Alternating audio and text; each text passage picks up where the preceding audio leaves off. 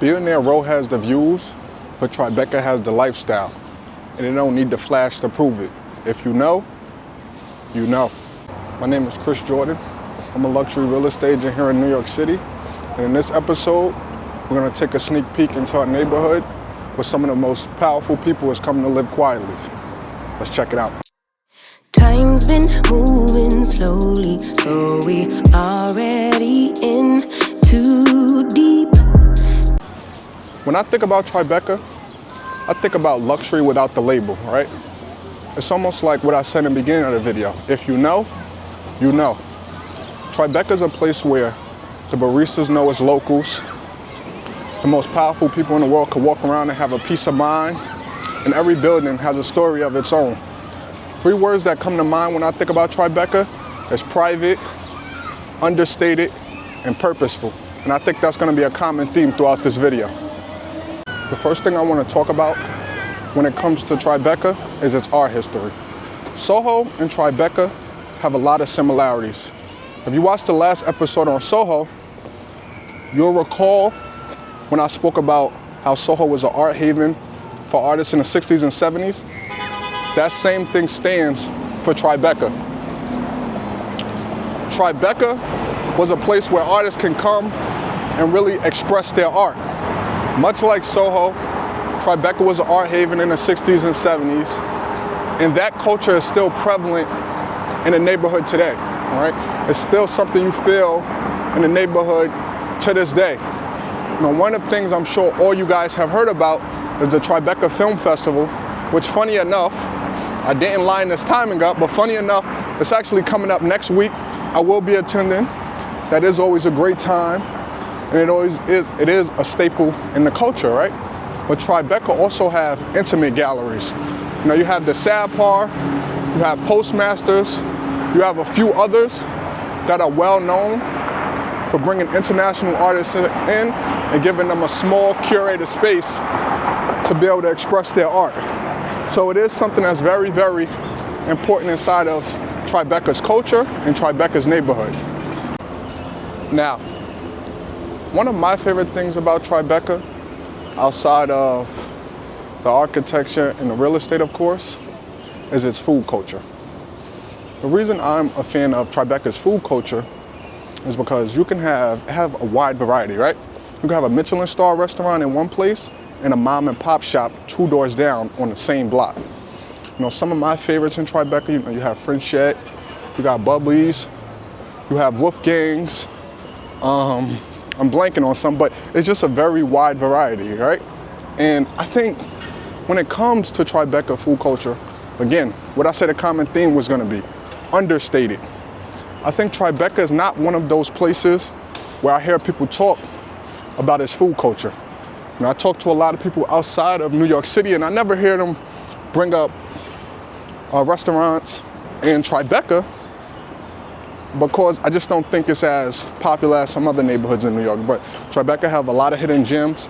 I'm not a coffee drinker, but you also have Laughing's Man Cafe. That's a very coffee shop in the neighborhood. So there's just a wide variety, and I think whatever your taste buds may be accustomed to, I think Tribeca has something for that. So I'm definitely a fan of the Tribeca food culture, and you know, it's not a lot of long reservations, things of that nature. Again, understated but purposeful. Let's talk about Tribeca real estate and architecture, right? Again, let me bring Soho back in this. Soho and Tribeca do have similar layouts because of its history. So the full floor lofts, the high beams, the exposed brick, similarities. The number one difference that makes Tribeca different than Soho is in Tribeca, privacy is a standard. So a lot of the buildings are gonna have private entrances, private exits. Full floor lofts with keyed-in elevators, so you can get right off the elevator, right into the unit. Tribeca is really meant for you not to really see a lot of people in your building. Now, you know, some buildings are gonna have amenities, right? So you can definitely see some people that you live with during the amenities, but The number one thing, if you don't want to be seen in Tribeca, you will not be seen. It's really in and out. Soho, you come out your building, you're right with the traffic. It might be a pop-up shop, and you really can't beat the traffic in Soho, but every neighborhood in New York City plays a role, and I think that's Soho's role. If you live in Soho, you like the traffic. If you live in Tribeca, you want to beat the traffic. I think I said this in a previous video, but these videos are never about numbers.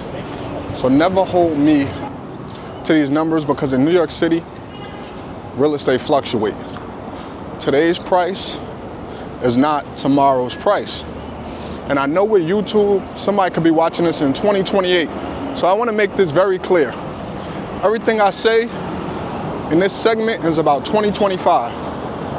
In 2025, Tribeca is the most expensive place to live in New York City. All right? You can get they go from 4 million to easily 20 million. But it's because all of the things we spoke about previously in this video. So Tribeca is for a certain demographic, but as I said, every neighborhood in New York City plays its own role, right? So I know time is valuable, so let's wrap this up, right? Tribeca isn't trendy, it isn't flashy, it's functional.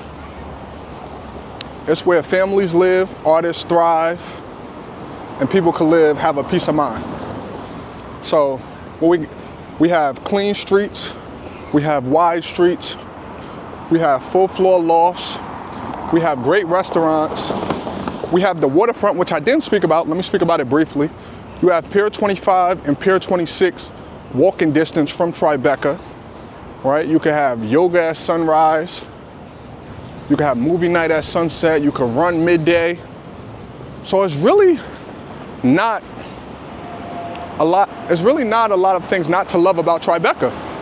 Yes, it is for a certain demographic, but if you're looking for a neighborhood feel, a family feel, an understated feel, a private feel, then I do think Tribeca is the place for you.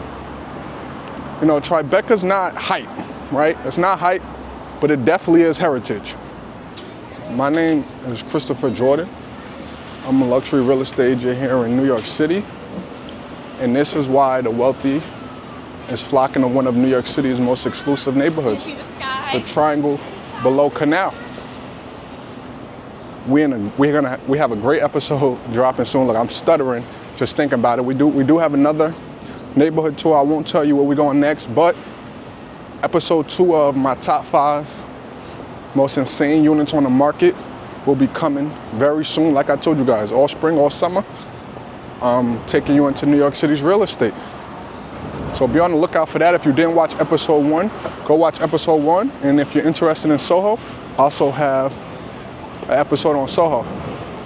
If there's any recommendations with these videos, I'm trying to get better video by video, so hold me to that. If you see if this video not better than the Soho video, just comment and let me know.